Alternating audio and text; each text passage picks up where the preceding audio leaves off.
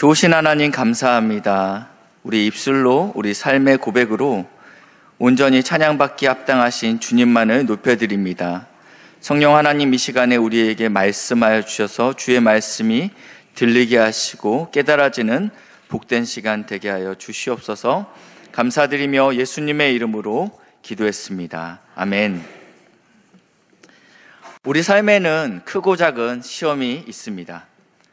짧은 인생이지만 살다 보니 한 문장으로 결론이 나왔습니다. 산 넘어 산이다 라는 고백입니다.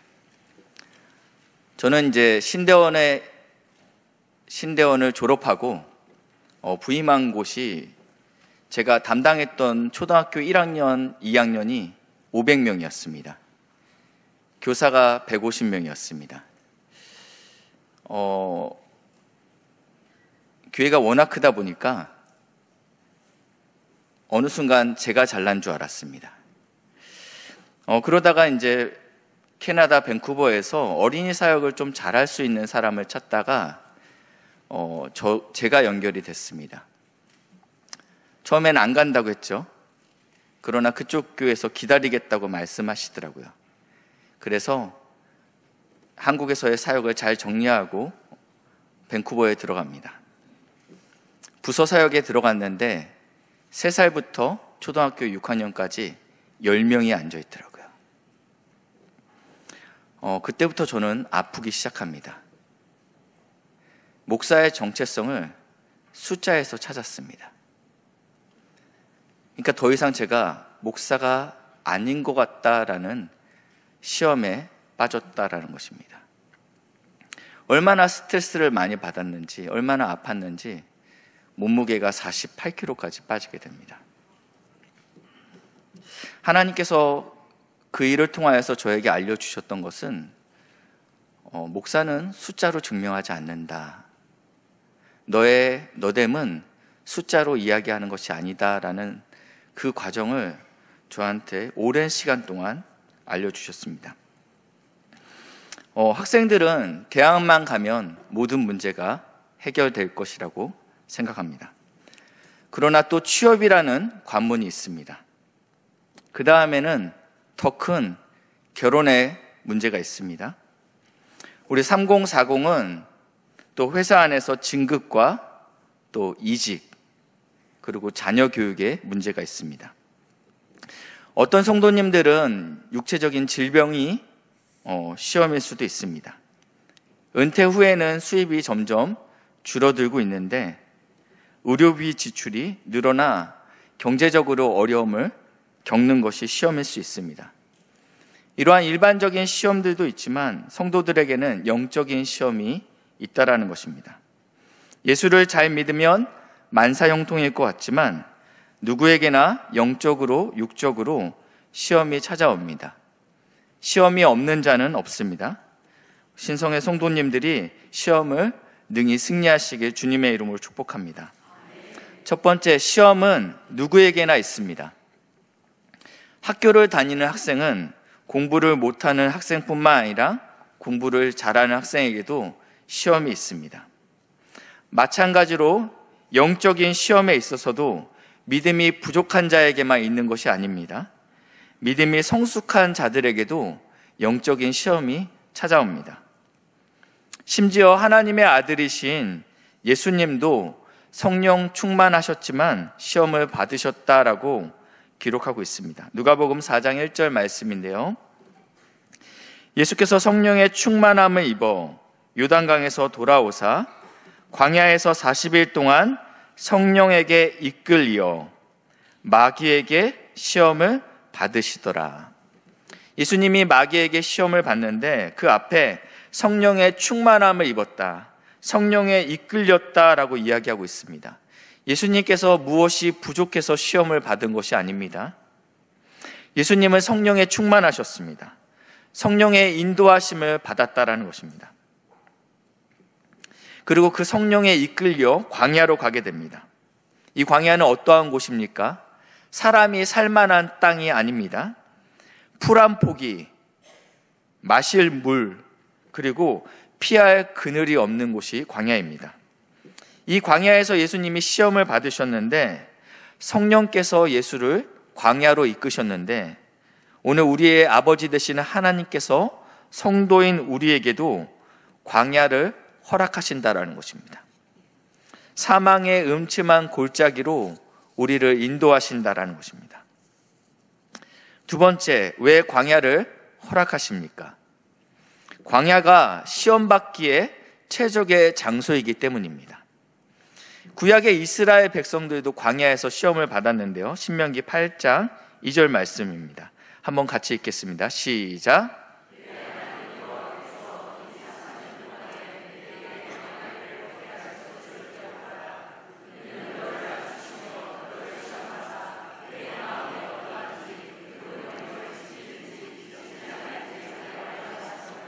아멘. 하나님께서 이스라엘 백성을 출애굽시키셨습니다.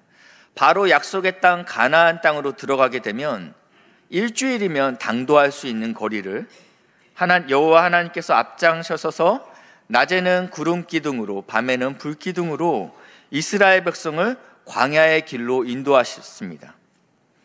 왜냐하면 광야가 최적의 시험의 장소였기 때문입니다. 이곳에서는 마실 물과 먹을 음식을 얻기 위해서는 하늘만 바라봐야 됐습니다. 왜냐하면 하늘에서 만나가 내리기 때문입니다. 그리고 또 뜨거운 태양을 피하기 위해서도 마찬가지로 구름기둥, 하늘만 바라봐야 됐습니다. 광야는 마음을 낮추는 장소입니다. 의지할 것이 하나님 외에는 아무것도 없습니다. 고백할 수 있는 장소가 광야라는 것입니다. 이스라엘 백성은 지금 하나님만 집중하여 바라볼 수 있는 광야에서 어떻게 했는지 시편 95편에 나와 있습니다. 너희는 무리바와 같이 또 광야의 마사에서 지냈던 날과 같이, 여기서 말하는 무리바와 마사는 같은 지명입니다. 같은 지역인데 다른 이름으로 쓰여지는 것이죠. 이곳에서는 어떠한 일이 있었냐면요, 출애굽기 17장에 이 무리바 사건이 나와 있는데 이스라엘 백성이 마실 물이 없으므로 백성들이 모세에게 원망하던 곳이 이 무리바입니다. 이 원망의 내용은 이렇습니다. 여호와가 우리 중에 없는가? 만약에 여호와 하나님이 우리 중에 계시다면 우리에게 왜 이러한 어려움이 찾아오는가? 그러나 하나님은 이 출애굽기 17장에 지금 이러한 원망을 쏟아내고 있는데 바로 앞에 있는 출애굽기 16장에서는 하나님께서는 이스라엘 백성에게 매일 만나와 메추리를 먹이고 있다는 것입니다. 분명하게 하나님께서 오늘도 만나를 주셨습니다. 하나님의 살아계심과 공급하심을 오늘 아침도 체험했다라는 것입니다. 근데 그 하나님이 없다고 말하는 것은 은혜를 기억하지 못하고 배반하는 것입니다. 배응망덕한 자이죠. 시편 95편 10절입니다. 내가 40년 동안 그 세대로 말미암아 근심하여 이르기를 그들은 마음이 미혹된 백성이라 내 길을 알지 못한다 하였도다. 11절입니다. 시작.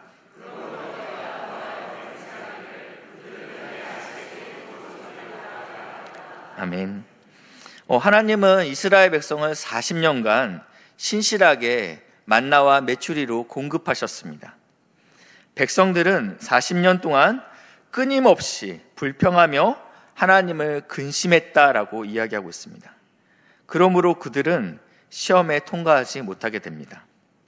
이 모습이 오늘 우리의 모습이 되지 않길 주님의 이름으로 축복합니다. 하나님이 우리에게 주신 이 놀라운 사랑과 은혜를 우리는 반드시 기억해야 됩니다. 적극적으로 이 하나님의 은혜를 기억해야 됩니다. 혹시 성도님들 중에 지금 나의 삶이 광야입니다. 지금 하나님이 나와 함께하지 않는 것 같습니다. 그래서 마음이 무너져 있습니다. 라고 느끼시는 성도님들이 있다면 지난날 하나님께서 어떻게 나를 먹이시고 어떻게 나를 입히시고 어떻게 나를 보호하셨는지를 기억하시면서 감사하시기를 축복합니다. 감사는 입술로 드리는 순종입니다. 다시 한번 말씀드리겠습니다. 감사는 입술로 드리는 순종입니다. 감사할 수 없는 상황에서도 의지를 들여서 감사하십시오. 그러면 하나님께서 우리의 마음과 생각을 지키십니다. 우리에게 평안을 주시고 감사할 일들로 우리를 채우신다라고 말씀하십니다. 다시 오늘 본문으로 들어가서 예수님의 첫 번째 시험은 자기 증명의 시험이었습니다. 이 예수님의 첫 번째 시험은 자기 증명의 시험이었습니다. 광야에 이끌려 오기 전에 예수님이 들렸던 곳이 있습니다. 바로 요단강이죠. 예수님이 요단강에서 세례를 받게 됩니다. 그때 하늘이 열리고 비둘기가 성령께서 비둘기의 모양으로 예수에게 임하였다라고 표현하고 있습니다. 그러면서 하나님의 음성이 이렇게 들립니다. 이는 내 사랑하는 아들이다.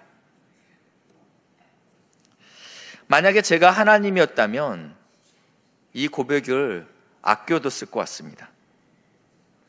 예수님은 크고 놀라운 일들을 많이 감당했습니다. 오병이어로 수만 명을 먹이신 사건, 무리를 거르신 사건, 그리고 죽은 자를 살리신 그 사건에 2만 명이 모여있는 군중들 앞에서 봤지? 이는 내 하나님의 아들이다 라고 선포하지 않았다라는 것입니다. 예수님 성부 하나님께서 공식적인 자리에서 하나님의 음성으로 예수님을 향하여 하나님의 아들이라고 선포한 사건은 2번 있습니다. 첫 번째는 이 요단 강가에서입니다. 예수님이 세례 받으러 나왔을 때 세례 요한은 그럽니다. 내가 당신에게 세례를 받아야 되는데 어찌 당신이 나에게 세례를 받으려 합니까? 예수님은 왕이셨지만 하나님이셨지만 세례 요한에게 겸손하게 세례를 받습니다. 이 모습을 보고 하나님께서 내 기뻐하는 자, 내 사랑하는 아들이라고 선포했습니다. 2번째는요, 변화산 사건입니다. 엘리야와 모세가 예수님과 함께 회동 가운데 있습니다. 이들이 나라를 전복시키기 위한 회의를 한 것이 아닙니다. 우리가 로마의 식민지지만 우리 함께 힘을 모아서 이 이스라엘을 구원해 냅시다, 이 회의를 한 것이 아닙니다. 이들이 나눴던 대화의 내용은 바로 예수님께서 예루살렘에서 별세하실 것을 나누었다라고 성경에 기록되어 있습니다. 이 별세는 무엇이죠? 세상을 떠나는 사건입니다. 십자가에서 죽으시는 사건입니다. 그때 성부 하나님께서 예수님에게 나타나서 음성으로 봤지? 이는 내 하나님의 아들이다 라고 선포하셨다라는 것입니다. 이 사건이 있고 나서 광야로 이끌림을 받고 사단이 예수님을 시험합니다. 3절입니다. 시험하는 자가 예수께 나와 이르되 내가 만일 하나님의 아들이거든 명하여 이 돌로 떡덩이가 되게 하라. 이 첫 번째 시험은 단순히 돌을 떡으로 만드는 시험이 아닙니다.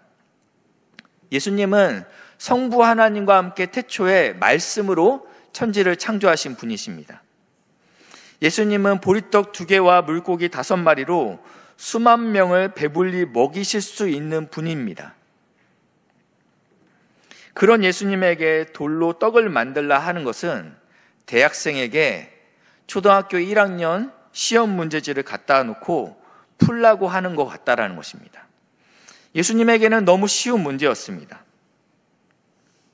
이것이 시험이라면, 만약에 돌로 떡을 만드는 것 자체가 시험이라면 사단은 난이도 조절을 실패했습니다. 이 마귀의 시험은 당신은 하나님의 아들이잖아. 당신 정말 하나님의 아들이잖아. 그러면 거기에 걸맞게 능력을 보이라는 것입니다. 왜 그렇게 배를 곪고 있어? 왜 굶주리고 있지? 능력 있으면 먹으면 되잖아. 이것이 사단이 예수님에게 주는 시험이었습니다. 어떤 분은 이렇게 생각할 수 있습니다. 예수님이 배가 안 고프실 수 있지 않습니까? 왜냐하면 그분은 인간이기도 했지만 또 하나님이기도 하나님이시기 때문입니다. 마치 이런 것은 예수님은 반신 반인으로 보는 것과 같습니다. 반만 하나님이고 반만 인간이라는 것이죠. 그런데 오늘 본문 2절에 보시니까 40일 금식 후에 줄이셨다라고 분명히 말씀하고 있습니다. 예수님은 파도가 이는 풍랑 가운데 너무 고나여 주무시기도 했습니다. 이것은 그분은 온전한 하나님이고 또 온전한 인간이라는 뜻입니다. 이것이 신비죠. 사단이 와서 말합니다. 왜 그렇게 미련하게 굶고 있어? 당신이라면 충분히 할 수 있잖아 라고 부축입니다. 사단이 예수님을 시험했듯이 성도들을 시험합니다. 예수를 잘 믿더니, 예수님 열심히 믿는다더니 왜 자녀가 어려움을 겪는 거지? 왜 자꾸 가정에 문제가 생기는 거야? 집안이 왜 이렇게 시끄러운 거야? 정말 하나님의 자녀 맞아? 하나님이 당신을 사랑해? 그래서 우리의 정체성을 어디에 두게 되냐면, 형통하지 않으면 하나님이 날 사랑하지 않아, 여기에 두게 만든다라는 것입니다. 사단이 하나님 앞에 나아갔을 때 하나님께서 사단에게 이렇게 이야기하죠. 너가 욥을 보았느냐라고 이야기해요. 하나님이 보시기에 이 땅에 있는 그 욥이 하나님을 너무 사랑하기 때문에 하나님이 사단에게 욥을 자랑했던 것 같습니다. 그랬더니 사단이 이야기합니다. 내가 욥을 흔들겠습니다. 욥이 하나님을 경외하는 데는 그가 그럴 만한 이유가 있습니다. 내가 그의 재산을 빼앗겠습니다. 그의 자녀를 죽이겠습니다. 그리고 그의 건강을 치겠습니다. 그러면 그는 틀림없이 하나님을 저주할 것입니다. 욥이 아프다는 이야기를 듣고 병문안을 온 친구들이 한동안 말을 잇지 못합니다. 그러다가 결론을 이렇게 내립니다. 지금 너의 꼴을 보니, 너의 그 형편을 보아하니 틀림없이 하나님께 저주를 받은 것이다. 너가 하나님께 잘못한 것이 있다라는 것입니다. 성도들은 끊임없이 우리의 정체성을, 성도의 정체성을 우리의 형통함에서 찾으려 하는 그런 속임에 빠지게 된다는 것입니다. 그러면 우리가 형통하지 않으면 하나님이 우리를 사랑하지 않는 것이죠. 욥 말고 사도 바울은 어떻습니까? 그는 로마 시민권자였습니다. 그 당시에 로마 시민권자는 아무나 가질 수 있는 권리가 아니었습니다. 그리고 혈통적으로는 바리새인이었고요. 당대 최고의 랍비라고 이야기했던 가말리알에서 공부했던 지식인이었습니다. 엄친아였죠. 모든 것을 가지고 있던 자입니다. 그런데 그가 예수님을 만나고 나서요, 남들이 가지지 못해서 안달이 난 자신의 학벌과 시민권을 배설물로 여겼다라고 이야기하고 있습니다. 사도 바울은 자신의 정체성을 출신이나 학벌, 배경에서 나오지 않는다고 이야기하는 것입니다. 빌립보서 3장 7절 말씀인데요.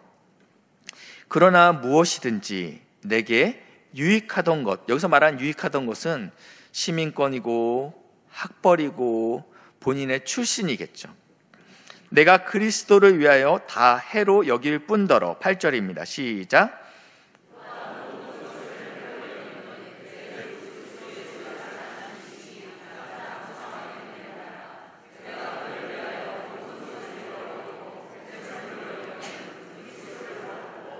아멘. 사도 바울은 다 가진 사람이었습니다. 그런데 예수를 만나니까 본인의 정체성을 어디서 찾기 시작하냐면 예수에서 찾기 시작했다는 것입니다. 우리는 예수를 얻기 위해서 다른 것을 버려야 됩니다. 예수도 얻고 다른 것도 가져야지, 그럼 둘 다 얻지 못합니다. 그리고 9절은 이렇게 되죠. 그리스도를 얻고 그리스도 안에서 발견되려 함이니, 본인의 정체성을 예수 안에서 찾았다라는 것입니다. 그러니까 다른 것이 중요하지 않게 되었다라고 이야기하는 것입니다. 성도의 정체성은요, 물질이나 환경, 자신의 업적에 있지 않다라고 이야기하고 있습니다. 성경에서는 우리가 아직 연약할 때, 우리가 아직 죄인일 때, 우리가 아직 경건하지 않을 때 그의 아들 예수 그리스도가 우리 죄를 위해 죽으심으로 하나님께서 자기의 사랑을 확증하셨다라고 말씀하고 있습니다. 우리의 정체성은 여기 있다라는 거야. 주님, 저는 아직 연약합니다. 내가 너를 위해 죽었어. 주님, 아직 저는 죄인입니다. 내가 너를 위해 죽었어. 우리는 하나님의 사랑하는 아들, 딸이 성도의 정체성이라는 것입니다. 우리의 정체성은 밖에 있지 않습니다. 나의 나됨에 있지 않다라는 것입니다. 예수님께서 우리를 위해 죽으심으로 사랑하는 아들, 사랑하는 딸로 정체성을 확증하셨습니다. 여기까지 정리를 좀 해보겠습니다.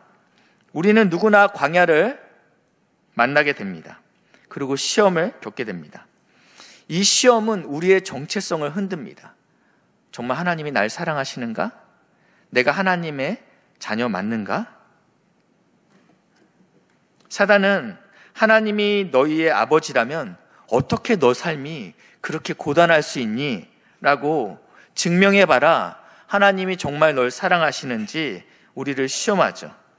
이때 우리는 어떻게 시험을 이길 수 있습니까?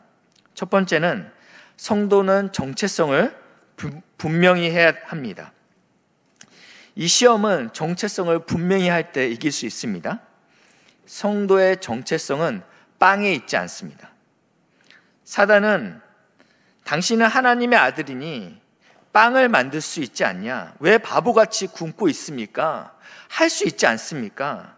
너의 능력을 보여봐라 라고 예수님을 시험했습니다. 사도 베드로와 요한이 기도 시간이 되자 예루살렘 성전으로 올라갑니다. 근데 이 성전에 미문이 있습니다. 아름다운 문이라는 뜻입니다. 이 미문에는요, 거린들이 구걸하기 위해서 앉아 있습니다. 태어날 때부터 장애를 가진 자가 이 자리에 앉아 있었는데 사람들을 쳐다보고 있습니다. 왜냐하면 그들에게 빵을 얻기 위하여, 그들에게 음식을 얻기 위하여 그들을 쳐다보고 있을 때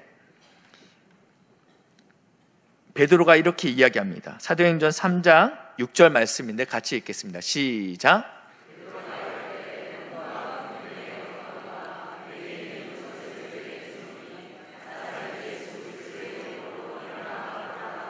아멘. 베드로는 그냥 예수의 이름으로 일어나 걸으라 처음부터 이야기할 수 있지만 내게 은과 금이 없다라고 먼저 선포합니다. 교회의 정체성은 건물의 크기에 있지 않습니다. 예수의 이름을 선포할 수 있느냐, 거기에 달렸다라는 것입니다. 어느 유명한 신학자가 로마 황제를 만나기 위해 찾아갔습니다. 그 성전이 너무 멋있고 화려했기 때문에 이 신학자는 교황에게 이렇게 이야기합니다. 이제 교회가 은과 금은 내게 없거니와 라는 말을 하지 못하게 되었습니다. 이 이야기를 들은 교황은 이렇게 이야기합니다. 네, 그래서 나사렛 예수 그리스도 이름으로 일어나 걸으라는 말도 못하게 되었습니다. 이것이 만약 실화라면 마냥 웃지 못할 이야기입니다. 왜냐하면 오늘날 우리 조국의 교회의 모습이기 때문입니다. 오직 신성교회가 예수님의 이름으로 영적 소경이 눈을 뜨게 하고 예수의 이름으로 영적 문둥병이 깨끗함을 받게 되는 교회가 되길 주님의 이름으로 축복합니다. 우리의 정체성은 우리 안에 있지 않습니다. 우리의 정체성은 하나님께 두어야 됩니다. 우리가 가지고 있는 재물과 명예, 학력, 집안, 스펙 이런 것들이 우리에게 주어진 것은 하나님께서 사명을 감당하라고 우리에게 선물로 허락하신 것이라고 믿으시길 바랍니다. 이것 자체가 목적이 되어서는 안 됩니다. 두 번째, 우리는 시험을 이기기 위해서 말씀을 붙들어야 됩니다. 예수님께서 이 첫 번째 시험을 어떻게 이기셨냐면요, 4절 말씀인데 예수께서 대답하여 이르시되 기록되었으되, 이것은 신명기 8장 3절 말씀을 인용한다라는 것이죠. 이렇게 기록되어 있어 신명기에 사람이 떡으로만 살 것이 아니오 하나님의 입으로부터 나오는 모든 말씀으로 살 것이라 하였느니라 하시니, 예수님은 사단의 시험을 두 번째, 세 번째 시험도 예수님의 말씀으로 대응하십니다. 본문 7절과 10절에 기록되었으되 예수님은 이 첫 번째 시험을 이길 때 떡이 필요 없다라고 말씀하신 것이 아닙니다. 떡으로만 사는 존재가 아니다. 떡도 필요합니다. 예수님이 가르쳐 주신 주기도문에서도 일용할 양식을 구하라고 우리에게 명령하십니다. 여기서 강조점은 하나님의 백성의 정체성은 떡에 있지 않다, 재물에 있지 않다. 하나님 나라의 백성, 하나님의 아들의 정체성은 하나님의 말씀으로 사는 존재다라고 이야기하고 있다는 것입니다. 이것이 성도인 우리의 정체성이라는 것입니다. 광야는 황무지입니다. 마실 물이 없고 풀 한 포기, 그리고 쉴만한 그늘이 없는 것이 광야입니다. 이 히브리어로 광야는 미드바르입니다. 미, 그리고 다바르. 다바르가 있는 곳. 미가 뭐뭐 하는 곳입니다. 그러니까 미드바르, 황무지인데 이것을 띄어 읽으면 다바르가 있는 곳입니다. 이 다바르는요, 말씀입니다. 마실 물이 없고 쉴만한 그늘이 없고 그리고 풀 한 포기조차 없는 그 광야에서 하나님의 말씀이 선명하게 들립니다. 예수님은 광야에서 40일간 금식했다라고 말씀을 드렸습니다. 금식이라는 것은 외부로부터 들어오는 에너지를 끊는 것입니다. 내 힘으로 살지 않겠다, 하나님이 주시는 은혜로 살겠다라는 고백이 금식이라는 것입니다. 예수님이 시험을 받기 전에 금식하셨다면 성도인 우리는 시험을 이기기 위해서는 반드시 하나님의 은혜가 필요합니다. 마지막으로 시험을 이기는 방법은 십자가의 길입니다. 예수님은 십자가에 달리실 때도 자기 증명의 요구를 시험 받으셨습니다. 정말 당신이 하나님의 아들이십니까? 그런데 왜 당신의 그 마지막이 왜 이렇게 초라합니까? 능력을 보이라고 요구받습니다. 마태복음 27장 40절 말씀인데요. 이르되 성전을 헐고 사흘에 짓는 자여, 내가 만일 하나님의 아들이거든 자기를 구원하고 십자가에서 내려오라 하며, 당신이 하나님의 아들이라고 그렇게 이야기하는데 당신이 그 십자가에서 내려오십시오. 그러면 전 믿겠습니다. 하나님의 아들이 그렇게 구차하게 십자가에 매달려 있을 이유가 없지 않습니까? 그분은 십자가에서 내려올 수 있었죠. 그분은 고난의 잔을 마시지 않을 수 있었습니다. 그러나 그러지 않으셨죠. 그분은 겟세마네 동산에서 자신을 몽둥이를 들고 잡으러 온 자들 앞에서 12군단이나 더 되는 천사를 동원시킬 수 있었습니다. 그러나 그렇게 하지 않으셨습니다. 그분은 하나님의 아들이시고 능력과 지혜와 권세가 있는 분이십니다. 그러나 그러지 않으셨습니다. 예수님은 얼마든지 돌로 떡을 만드실 수 있는 분이십니다. 그러나 예수님은 돌로 떡을 만들지 않으셨습니다. 그렇게 되면 만약에 예수님이 돌로 떡을 만든다면 그러면 그분은 완전한 인간이 아니시기 때문입니다.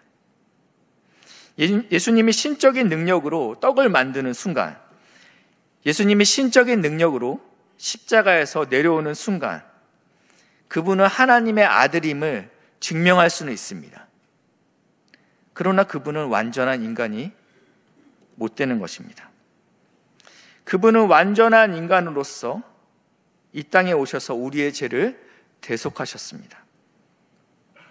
우리 때문에 예수님께서 이 십자가의 길을 걸으셨다라는 것입니다. 오늘 성도들에게도 이것이 요구됩니다. 너 예수 믿는다며, 하나님 믿는다며, 복 주시는 하나님이라며, 그러면 증명해봐. 왜 네 자녀들은 그렇게 안 될까? 우리가 이 앞에서 좌절하지 않을 수 있는 이유가 있다면 우리는 거기서 묵묵하게 십자가의 길, 좁은 길, 사람들이 보기에는 어리석고 미련한 길을 묵묵하게 걸어 나가는 것이 오늘 우리에게 준 시험이라는 것입니다. 말씀을 정리하겠습니다. 우리는 살면서 다양한 시험을 맞이하게 됩니다. 근데 그 시험은 우리의 정체성을 흔듭니다. 예수님도 시험을 받으셨습니다. 그리고 예수님은 말씀으로, 그리고 십자가의 길을 가심으로 이 시험을 이기셨습니다. 할 수 있음에도 불구하고 하지 않음으로 우리를 구원하시기 위해 십자가를 지셨습니다. 이것이 바로 우리가 따라야 될 모범이라고 말씀하고 있습니다. 성도가, 교회가 보여줄 수 있는 것은 십자가의 능력뿐입니다. 좁은 길로 따라가는 것뿐입니다. 어떠한 고난과 또 시험 가운데 있더라도 신실하신 하나님을 기억하십시오. 그리고 감사를 고백하시는 성도님들 되시길 주님의 이름으로 축복합니다. 우리를 위해 십자가를 지신 예수님을 바라보십시오. 그분의 능력으로 시험을 이기시길 주님의 이름으로 축복합니다. 하나님의 말씀 안에서 우리의 정체성을 두고 날마다 승리의 삶을 살아가시길 주님의 이름으로 축복합니다. 기도하시겠습니다. 우리가 아직 원수되었을 때, 연약할 때 그리스도께서 우리를 위해 죽으심으로 하나님의 자기 사랑을 확증해 주시니 감사합니다. 우리의 어떠함과 상관없이 너는 사랑하는 내 아들이라고, 내 딸이라고 말씀해 주시니 감사합니다. 우리의 정체성이 흔들리지 않게 하시고 온전히 십자가의 길을 묵묵하게 걸어갈 수 있는 복된 성도들 될 수 있도록 인도하여 주시옵소서. 감사드리며 예수님의 이름으로 기도했습니다. 아멘.